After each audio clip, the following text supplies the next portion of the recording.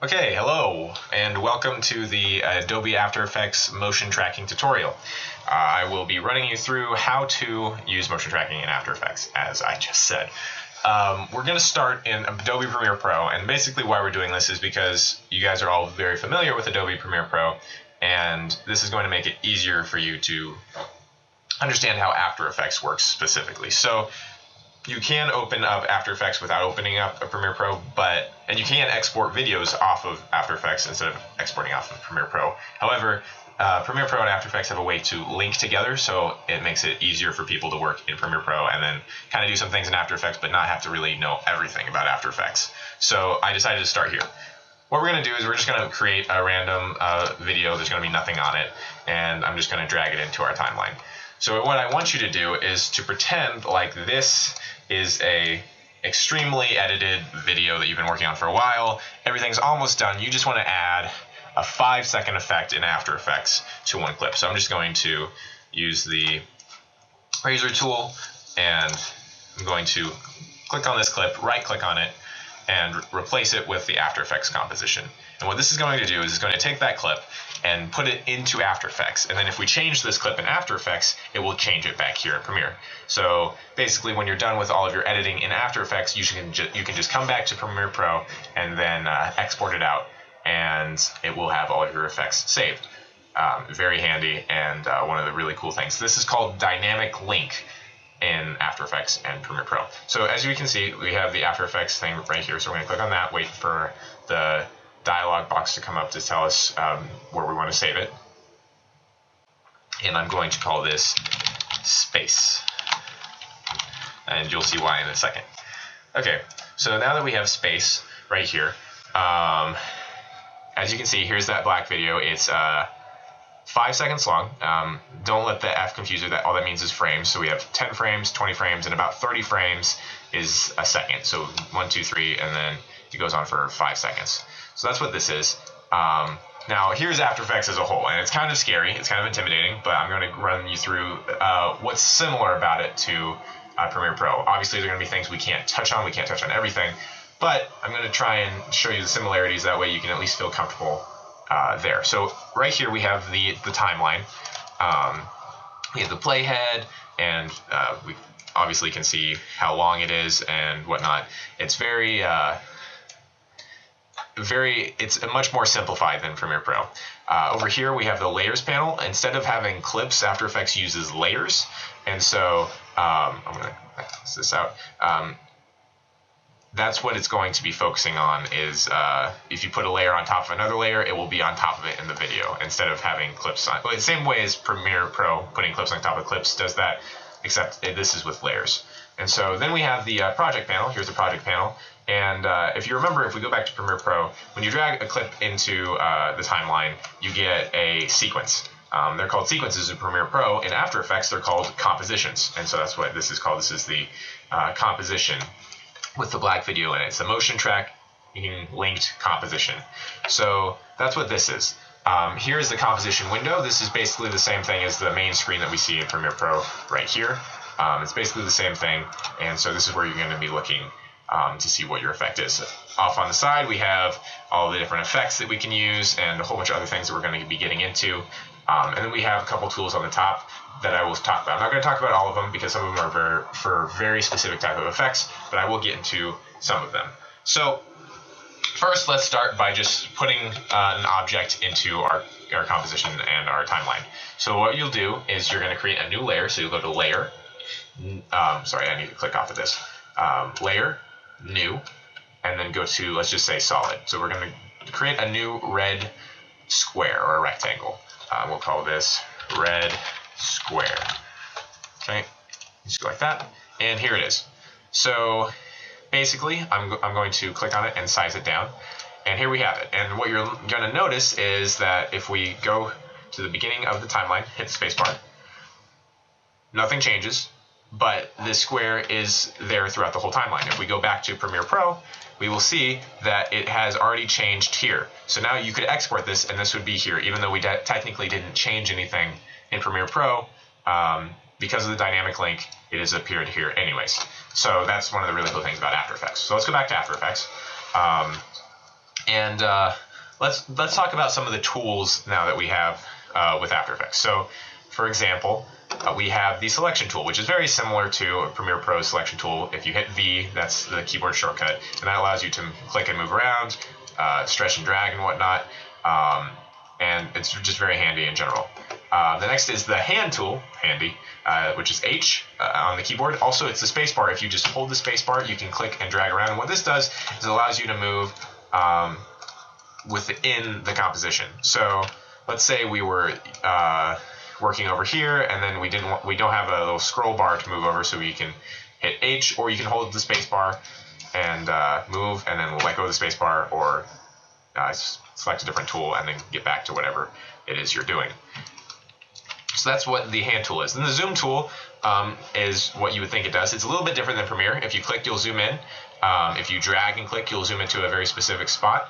However, to zoom out, what you have to do is you have to hold the Alt key, and it'll turn into the minus zoom. And I believe the equivalent to the Alt key is Option on Macs, but I'm not 100% sure on that one. But that's those three tools right here: the selection tool, the hand tool, and the zoom tool. The other three tools, I'm going to delete this red square. Actually, I'm just going to, I'm not going to delete it, I'll leave it. I like the red square. So the next three tools we're going to talk about are these three tools. We're going to talk about the rectangle tool, the pen tool, and the horizontal type tool. So the rectangle tool, if we don't select anything, if we make sure we're not clicked on any of these layers, we click the rectangle tool, we can draw in another layer. So here's just a random layer right here. We can move it around, we can change its color, the stroke, the outline of it, and whatnot. And not only can we make rectangles, but if you click and hold on the rectangle tool, you'll see that we have a whole bunch of different options that we can use. This is something that you'll use a lot if you're working in motion graphics. We won't be, but this is something, the rectangle tool is just good to know. So I'm going to delete this shape layer by clicking on it and hitting delete. And then now let's go into the pen tool. Pen tool, again, very similar to Premiere Pro. You can just click, put points down, and you can either create like shapes, or if, let's say, let's delete this shape layer. If, let's say, we wanted to mask out something of this red square, we could click on the red square, and let's say we wanted this to just be a gigantic S. We could go S for Steven, and there it is. So now we have masked it out, and you would find this mask if you click right here under masks, but we'll delete that as well, just like that. Okay, so now that we have gone through those tools, we'll end with the horizontal type tool. It's just the text tool. If you were to hold it down, you can type vertically or horizontal. Most people will type horizontal. So click on it, click anywhere, and then say whatever you want to say. And that's what that is. So you can move this around, stretch it out. And those are the basic tools that we'll be using and that you will need to use in order to work with Adobe After Effects for your assignments specifically. So now that we've talked about that, we're going to get into a little bit of how After Effects works in 3D space. So when we're used to working with objects in Premiere Pro, we know that we can move them along the X and Y axis, the X and the Y axis. And you can do that by manually clicking, or if you click down here and go into the transform spot, here's the positions X and Y. Now, what 3D options do is they allow you to go into the Z axis, which is how if it comes closer to the camera or if it goes farther away from the camera. And in order to access 3D, you want to check the box right beneath the 3D layer cube. If you don't see the box right there, that's because you're in the wrong mode, so just click this button until you get back to the ability to have this box. So let's click this box, and now what you'll see is we have a couple arrows. We have the ability to change the Y coordinate, just like that, the X coordinate, and then there's a little blue arrow pointing at us, which is the Z coordinate, and that allows us to push something back or closer to the camera. And so this is where you can do some really cool things, and you can actually drag in real clips of videos and be able to put computer generated images into these videos, and that's what we're going to be doing in our assignments. So let's get into how to mask in one of these areas a little bit more. So let's say let's make a background real quick. I'm going to add a new white solid. This is a trick if you can follow along, or you can ask me afterwards how to do this. White solid, we're going to drag this beneath the red square with the red square front. Then if you go to effects and presets and type in CC ball action, there it is. We're going to drag that onto the white solid. Here's the effects right here. We're going to change the scatter to as much as possible. We're going to drag all the way to 1024. We're going to change the rotation axis to X, Y, and Z. And then we're going to make the ball size almost invisible, but we'll make it just barely visible. We'll come to the very beginning of our timeline, keyframe the rotation, go to the very end of our timeline, and then change the rotation slightly. And there we have now a space scene. And that's why we named this thing space. So here we have this red square. Oh, I don't want to move that. I want to move the red square. Here we have this red square that is a 3D object, and we can change a lot of things about it. So we have its X coordinate, its Y coordinate, and its Z coordinate. We can change the scale. We can change its rotation if it's moving on the X and Y, or on the Z.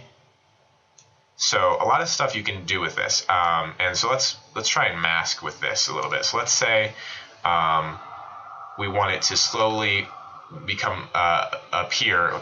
It's not going to be there, and it's going to slowly appear from the bottom left corner. So what we'll do is we'll have the red square selected, and then we'll take our pen tool, and we're going to create a mask right here. We can't see it, as you can see. We're going to go in and find that mask, which is right here, mask number 1. And we're going to keyframe, stopwatch the mask path at this point. And then we're going to move further into the clip. And we're going to drag the mask so that it becomes visible. And as you can see, when I click this clip, this point right here, it doesn't move independently from the other clips. In order to do that, you have to hold Shift, click on the point, and then let go of Shift. And now all of these points will move independently. So we're going to now move this out like this, move this out here. We might actually have to move this farther up in order to, let me hold Shift, space, go like that, move this farther up to get everything. Yep, and now that should be good. So now, if we press play, it appears. So this doesn't look, that mask was a little weird. It looks kind of weird right now, but you're going to be doing something like that in the guided assignment that we have. So I figured it'd be good to show you that now. That is all for this tutorial. I will now move over to Ben, and he will instruct you on how to do this, specifically with a very cool shot that we took in the library. So enjoy that, and yeah, this is the end of the video. 3, 2, 1.